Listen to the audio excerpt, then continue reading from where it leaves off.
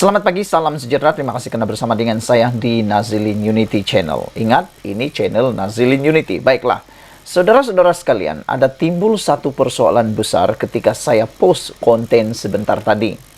Ada satu komen daripada netizen bertanya kepada saya yang cukup menarik perhatian saya dan membuka minda saya. Persoalan netizen itu mudah saja dan saya rasa Anda mungkin mahu mengulas dan mahu juga menjawab dan memberikan komen. Jadi bantu saya, tinggalkan komen Anda untuk dapat membantu menjawab persoalan netizen ini. Netizen ini berada di atas pagar. Beliau tidak menyokong PH, tidak juga menyokong Perikatan Nasional, tetapi beliau tanya, adakah dengan keadaan dan insiden terkini yang berlaku terhadap Parti Bersatu dan Parti PAS akan menyebabkan Parti Bersatu dan PAS hilang kelayakan bertanding pada pilihan raya negeri akan datang, kata netizen dalam soalan mereka. Soalan pertama itu cukup menarik perhatian. Beliau merujuk kepada apa yang berlaku terhadap akaun Bersatu yang telah disahkan oleh Azam-Baki, Tan Sri Azam-Baki, telah pun dibekukan gara-gara adanya isu yang meragukan tentang keuangan dalam parti tersebut yang melibatkan derma RM 300 juta yang dikatakan oleh sumber SPRM datang daripada penyumbang 10 kontraktor yang mendapat pelbagai projek ketika Perikatan Nasional menjadi kerajaan.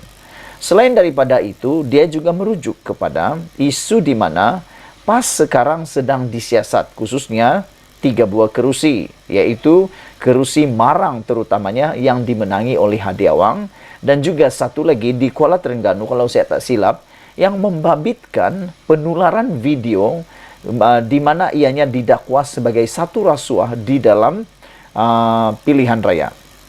Yang mana dalam video itu dapat dilihat ada orang mengambil duit, diberi duit, tapi sebelum mengambil kena angkat sumpah dan kena berjanji memilih untuk menyokong parti yang dikaitkan, yaitu PAS.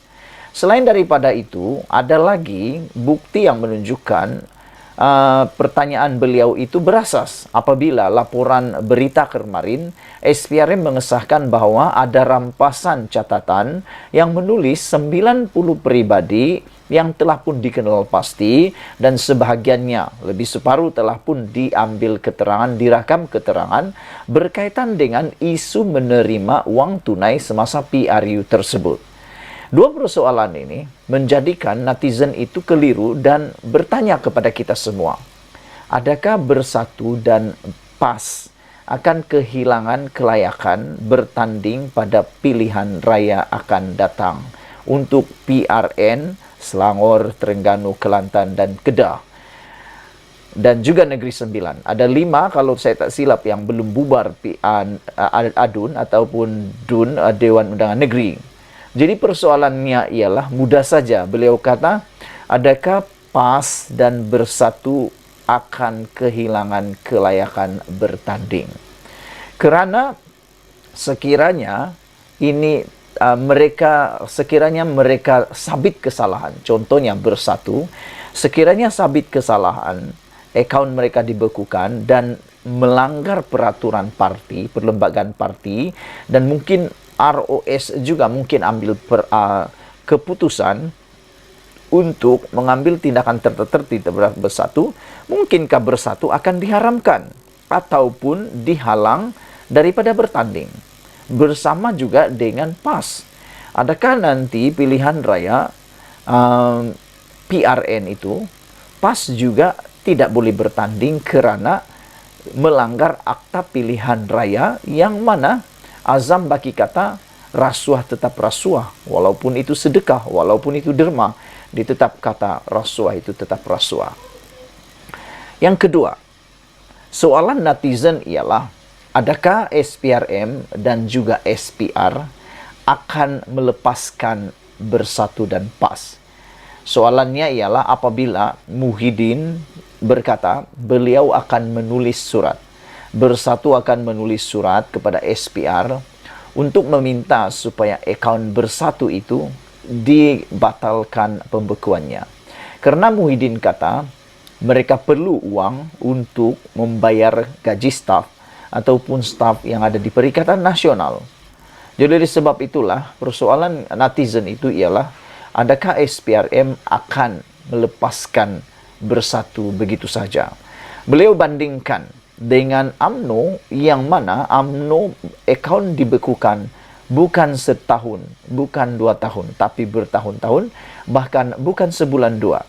Seperti yang telah diwar-warkan di dalam media-media sosial, dalam berita-berita portal, dinyatakan bahwa beberapa buah negeri, Selangor, Negeri Sembilan, Terengganu, Kedah, Kelantan, mereka kata Menteri Besar dan Ketua Menteri memberitahu bahwa bakal akan bubar setelah